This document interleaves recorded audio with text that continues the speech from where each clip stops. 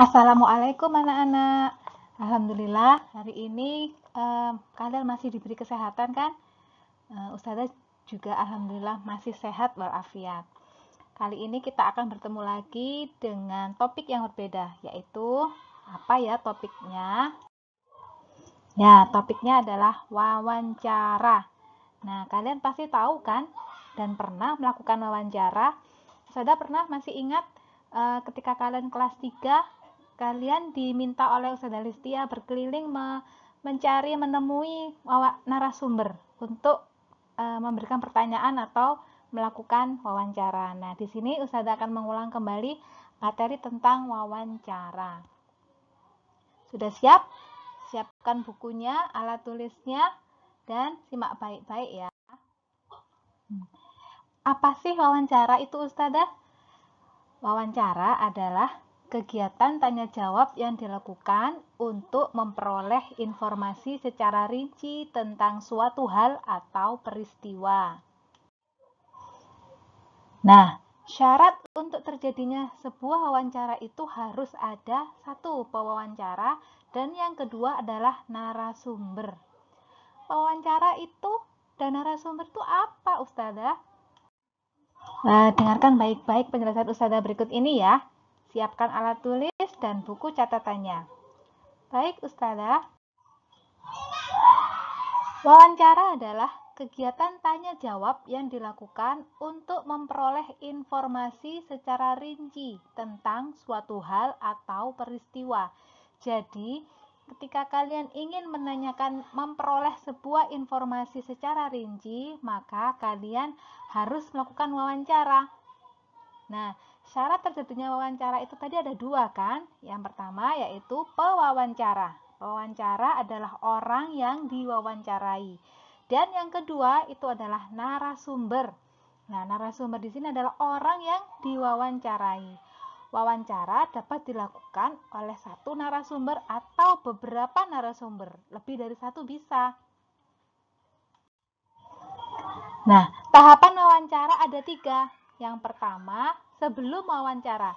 Sebelum wawancara, kalian harus menentukan topik wawancara dulu. Kalian ingin mengetahui tentang apa? Misalkan tentang kesehatan atau yang saat ini sedang terjadi, yaitu tentang pandemi virus COVID-19 atau corona. Nah, setelah menentukan topik, kalian membuat daftar pertanyaan. Dan selanjutnya yaitu menentukan narasumbernya. Siapa narasumber yang tepat untuk topik wawancara kalian nanti. Nah, setelah itu tahapan sebelum wawancara ya. Tahapan saat wawancara ada 4. Yang pertama, memulai pembicaraan dengan ramah dan sapaan yang ramah. Yang kedua, ajukan pertanyaan dengan bahasa yang santun. Yang ketiga, mencatat penjelasan dari narasumber. Kemudian yang terakhir, akhiri wawancara dengan kesan yang baik. Nah, setelah wawancara, yang harus kalian lakukan yaitu merangkum semua jawaban dari narasumber, kemudian membuat kesimpulan, dan yang terakhir membuat laporan wawancara. Nah, pada saat kelas 3 kemarin, apakah 3 tahapan ini sudah kalian lakukan? Tentunya sudah kan? Oke, sekarang tahapan yang pertama, yaitu sebelum wawancara tadi, apa? Menentukan topik. Nah, setelah menentukan topik, yang kedua itu membuat daftar pertanyaan. Nah, kalau kalian membuat daftar pertanyaan, kalian pastinya membuat apa dulu? Membuat kalimat tanya. Kalimat tanya itu apa saja ya? Masih ingat? Oke, di sini ada 7 kalimat tanya. Yang pertama yaitu apa? Apa itu menanyakan hal atau peristiwa. Yang kedua, berapa? Berapa di sini tujuannya apa? Untuk menanyakan jumlah. Berapa adikmu? Nah, pasti jawabannya adalah jumlah. Adikku ada 3. Nah, seperti itu ya. Kata tanya yang ketiga yaitu siapa? Siapa di sini menanyakan orang atau pelaku dalam peristiwa atau kejadian tersebut. Yang keempat, di mana. Nah, di mana ini menanyakan tentang tempat kejadian. Yang kelima yaitu kapan. Kapan ini menanyakan waktu, kapan terjadinya peristiwa tersebut. Yang keenam, mengapa. Mengapa di sini menanyakan sebab. Sebab terjadinya sebuah peristiwa atau kejadian. Dan yang terakhir, bagaimana. Bagaimana di sini menanyakan keadaan atau proses terjadinya sebuah peristiwa. Proses itu misalkan langkah-langkah ketika kalian topiknya tentang daur ulang, mendaur ulang sampah. Jadi ada pertanyaan bagaimana. Bagaimana cara mendaur ulang sampah? Nah, itu pertanyaannya dengan menggunakan kata tanya bagaimana. Sudah jelas? Sudah paham kan dengan kata-kata tanya tersebut? Nah, yang berikutnya yaitu setelah kalian membuat kata tanya, ada ciri-ciri pertanyaan yang baik. Nah, yang pertama, wawancara itu dilakukan dengan percakapan biasa, mengalir dan tidak terburu-buru. Yang kedua, pertanyaan disusun secara runtut dari pertanyaan yang umum. Yang umum misalnya tentang namanya, kemudian topiknya tentang apa, kalian sampaikan dulu menuju ke hal-hal yang khusus dengan tahapan pembuka, inti, dan penutup. Di pembuka itu kalian memperkenalkan diri kalian dan menanyakan tentang latar belakang narasumber, itu boleh. Kemudian intinya kalian tanyakan tentang topik yang ingin kalian tanyakan. Dan yang terakhir yaitu penutup. Nah, di penutup ini pewawancara harus memberikan kesan yang baik. Setidaknya kalian mengucapkan terima kasih karena sudah diberikan informasi yang oleh narasumber.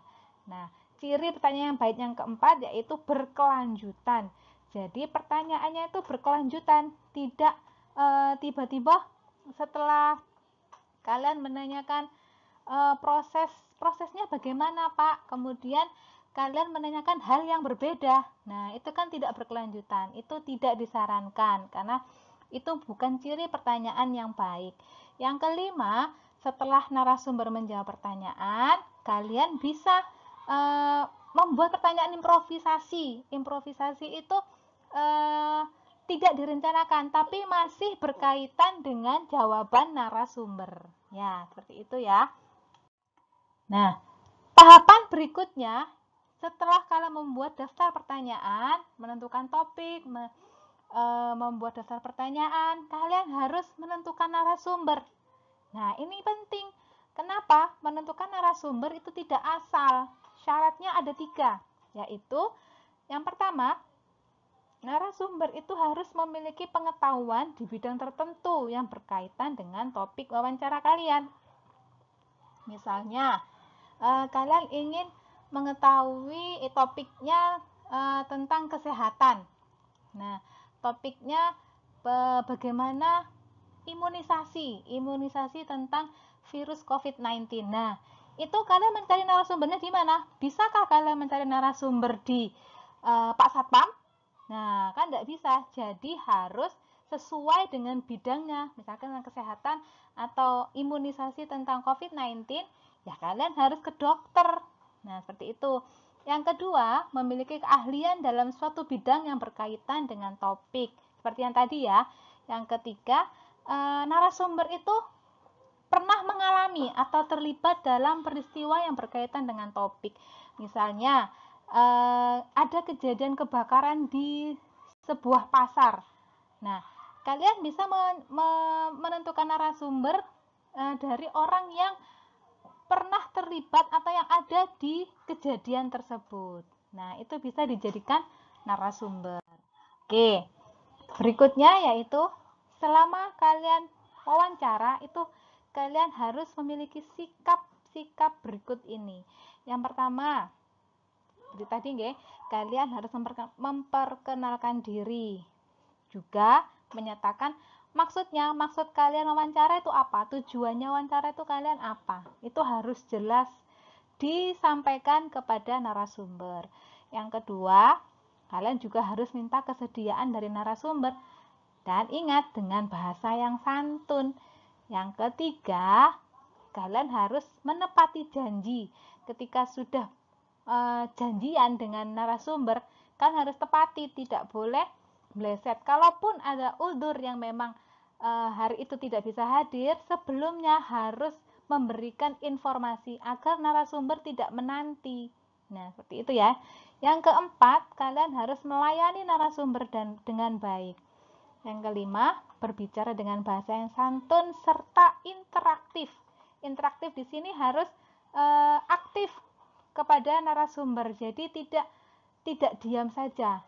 Namanya pewawancara ya harus aktif, dia yang menanyakan terlebih dahulu, bukan menunggu dari narasumber. Yang keenam, mengajukan pertanyaan dengan jelas. Jika memang narasumber kurang paham, kalian harus menjelaskan kembali dengan bahasa yang mudah dipahami oleh narasumber. Kemudian, kalian tidak boleh menyela atau memotong penjelasan dari narasumber. Yang terakhir, ucapkan terima kasih saat setelah wawancara terjadi. Oke, nah ini setelah wawancara, apa yang harus pewawancara lakukan? Yang pertama, yaitu merangkum semua jawaban dari narasumber. Yang kedua, membuat kesimpulan wawancara. Yang ketiga, membuat laporan wawancara. Nah, ini yang harus kalian lakukan ya. Karena ketika kalian sudah wawancara, kalian harus membuat laporan wawancara yang harus dilaporkan kepada pihak-pihak yang bersangkutan. Oke. Nah, bagaimana cara membuat laporan wawancara? Isi laporan itu ada 6. Yang pertama, kalian harus menuliskan topiknya. Topiknya apa? Kenapa kalian memilih itu? Kalian tuliskan di sana. Yang kedua, narasumbernya. Siapa yang akan kalian wawancarai? Yang ketiga, siapa pewawancaranya? Yang keempat, waktu dan tempat, kapan dan di mana kalian melakukan wawancara tersebut. Yang kelima, apa hasil wawancaranya? Dari pertanyaan-pertanyaan yang kalian ajukan, apa sih hasilnya? Kan sudah mencatat tadi ya. Ya, itu kalian laporkan hasil wawancaranya adalah sebagai berikut. Kemudian yang keenam yaitu kesimpulan. Nah, di sini kalian harus bisa menyimpulkan dari jawaban narasumber, kalian simpulkan apa sih yang tadi dijelaskan oleh narasumber. Oke. Contoh format menulis laporan itu bisa kalian lihat di buku tematik tema 3 halaman 90. Sudah ya? Jelas ya? Nah, itu tadi tentang wawancara. Sekarang kalau sudah jelas, silahkan kerjakan tugas yang akan Ustazah berikan. Ustazah akan upload di Classroom. Silahkan diklik linknya ya, kerjakan dengan sungguh-sungguh dan insya Allah kalau kalian bersungguh-sungguh kalian akan memperoleh hasil yang maksimal. Oke, jazakumullah. Cukup sekian dari Ustazah. Semoga kalian semua tetap semangat, tetap diberi kesehatan oleh Allah. Wassalamualaikum warahmatullahi wabarakatuh.